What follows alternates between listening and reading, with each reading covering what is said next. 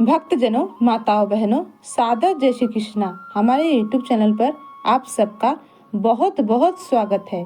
मैं श्रावणी चौबे, आप सभी भक्तजन मेरा प्रणाम स्वीकार करें।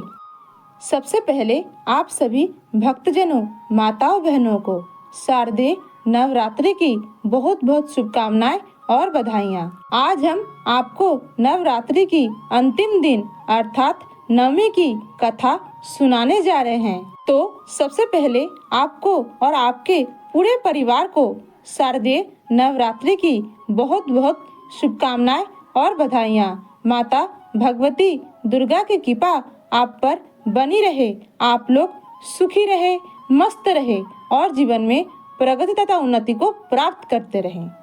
नवरात्रि का अंतिम दिन नवमी तिथि होती है और इसे दुर्गा नवमी के नाम से भी जाना जाता है।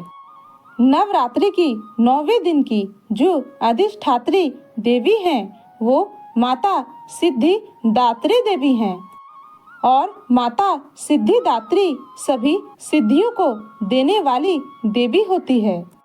नवरात्रि के 9वें दिन माता भगवती दुर्गा की उपासना करने से, पूजा करने से नवरात्रि के 9 दिन के पूजा का पूरा फल भक्तों को, माताओं बहनों को प्राप्त हो जाता है।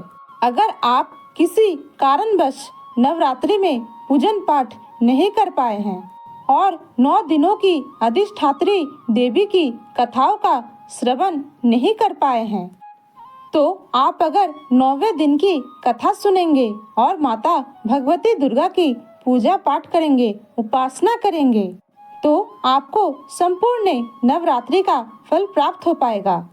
अगर आप 9 दिन तक नवरात्रि में व्रत नहीं रख पाए हैं और नवमी के दिन व्रत रखते हैं, तो आप अगर नवमी के दिन व्रत रखेंगे, माता जगदम्बा की पूजा उपासना करेंगे तथा नवरात्रि के 9 दिनों की कथा का श्रवण नवमी के दिन करेंगे, तो आपको नवरात्रि व्रत के पुण्य फल पूरा प्राप्त हो पाएगा। इसी के साथ नवरात्रि की जो नवमी तिथि होती है, वो परम्बा जगदम्बा की बहुत प्रिय तिथि होती है। इस दिन कन्या भोजन कराने से अनंत पुण्य फल की प्राप्ति होती है। इस दिन जो कन्याओं को भोजन करवाता है, वो साक्षात जगदम्बा को प्रसन्न कर लेता है। तो आप अगर अपने घर में नवमी के दिन कन्या पूजन करते हैं, कन्या को भोजन करवाते हैं, तो माता जगदम्बा परम्बा आप पर शीघ्र ही प्रसन्न होगी और आपकी सभी मनोकामनाएं पूर्ण करेगी तथा आपके जीवन के समस्त इच्छाओं को पूर्ण कर देगी। और अगर आप किसी कारणवश कन्या भोजन नहीं करवा सकते हैं, तो आप अगर ब्राह्मण को नगद धन राशि प्रदान कर देंगे और किसी ब्राह्मण के माध्यम से कन्या भोजन करवाएंगे, तो भी आपको कन्या भोजन का पूरा पुण्य फल प्राप्त हो जाएगा। भक्तजनों, माताओं, बहनों, माता सिद्धिदात्री जो नवरात्रि की 9वें दिन की अधिष्ठात्री देवी होती है तथा नवरात्रि के 9वें दिन माता सिद्धिदात्री का कथा का श्रवण अवश्य करना चाहिए। इससे साधक को नवरात्रि का व्रत का पूर्ण फल प्राप्त हो जाता है। भगवती परम्बा जगदम्बा की 9वीं शक्ति का नाम सिद्धिदात्री है। भगवती जगदम्बा ने, परम्बा ने समस्त सिद्धियों को प्रदान करने के लिए तथा भक्तों को मनोवांछित वर देने के लिए सिद्धिदात्री का रूप धारण किया है। इसीलिए माता को सिद्धिदात्री के नाम से जाना जाता है। माता सिद्धिदात्री बहुत ही सौंदर्य स्वरूपा हैं तथा प्रसन्न मुद्रा में भक्तों को वरदान तथा समस्त सिद्धियां प्रदान करती हैं। अष्ट सिद्धि तथा 9 निधि जिस प्रकार बताई गई है, वो सभी भगवती जगदम्बा परम्बा के अधीन हैं। जो इनकी उपासना सच्चे मन से, सच्चे भक्ति से करता है, तो उसे परम सिद्धि प्राप्त हो जाती है तथा भक्तों की सारी मनोकामनाएं पूर्ण हो जाती हैं। भगवती सिद्धिदात्री को तिल का भोग लगाना चाहिए तथा तिल से बनी कोई भी मिठाई का भोग भी आप लगा सकते हैं। भगवती सिद्धिदात्री को तिल का भोग लगाने से मनुष्य के सारे जन्मों जन्मांतर के दुख कष्ट सभी नष्ट हो जाते हैं तथा उसके जीवन में वैभव आता है, सुख समृद्धि आती है तथा उसके जीवन की समस्त मनोकामनाएं पूर्ण हो जाती हैं। माँ सिद्धिदात्री को संतरा का फल बहुत प्रिय है तथा माता को चंपा, गुड़हल और कमल का पुष्प भी बहुत प्रिय है।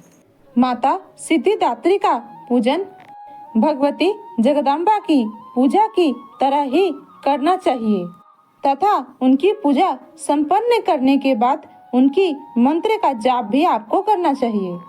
या देवी सर्वभूतेषु मां सिद्धिदात्री रूपेण संस्थिता नमस्तस्यै नमस्तस्यै नमस्तस्यै नमो नमः। इस मंत्र के बाद आपको माता की बीज मंत्र का भी जाप करना चाहिए। माता सिद्धिदात्री का बीज मंत्र इस प्रकार है। ओम ह्रीं क्लीं ऐं सिद्धये नमः। ओम ह्रीं क्लीं ऐं सिद्धये नमः। इस मंत्र का जाप आपको अपने समय अनुसार ज्यादा से ज्यादा करना चाहिए।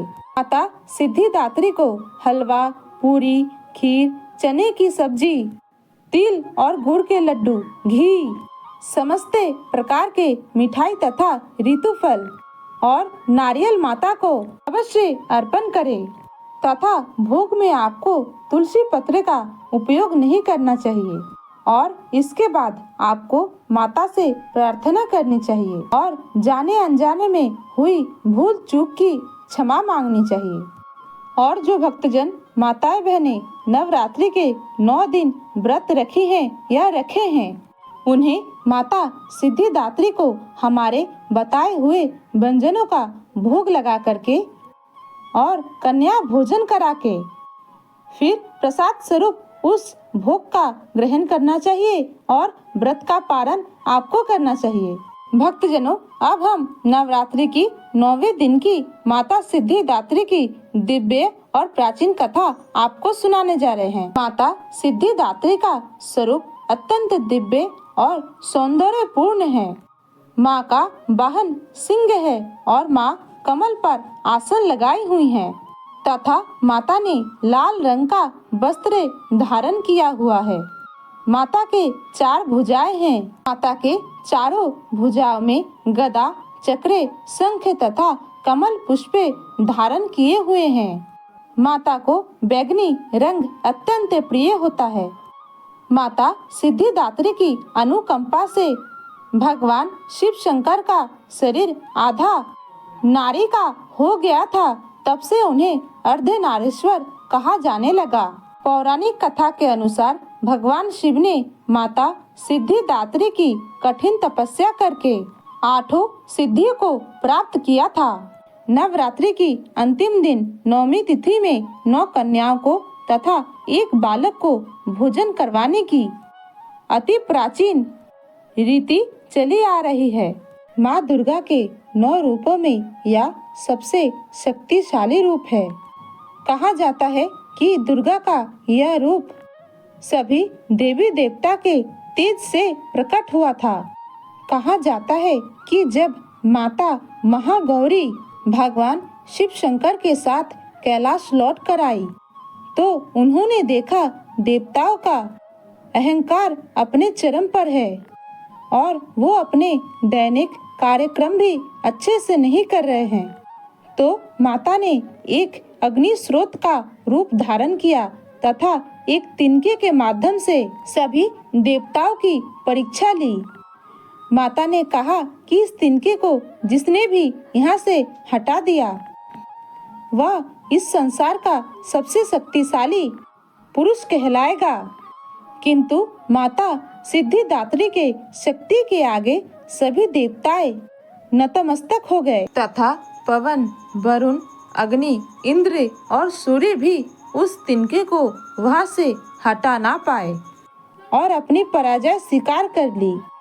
तब माता महागौरी ने सिद्धिदात्री का रूप धारण किया इस प्रकार माता सिद्धिदात्री ने सभी देवताओं के अहंकार का नाश किया तथा सभी को सिद्धि तथा निधि प्रदान की और माता सिद्धिदात्री के अनुकंपा से ही भगवान शिव अर्धनारीश्वर रूप धारण कर पाए। तो ये थी माता सिद्धिदात्री की प्राचीन और दिव्य कथा।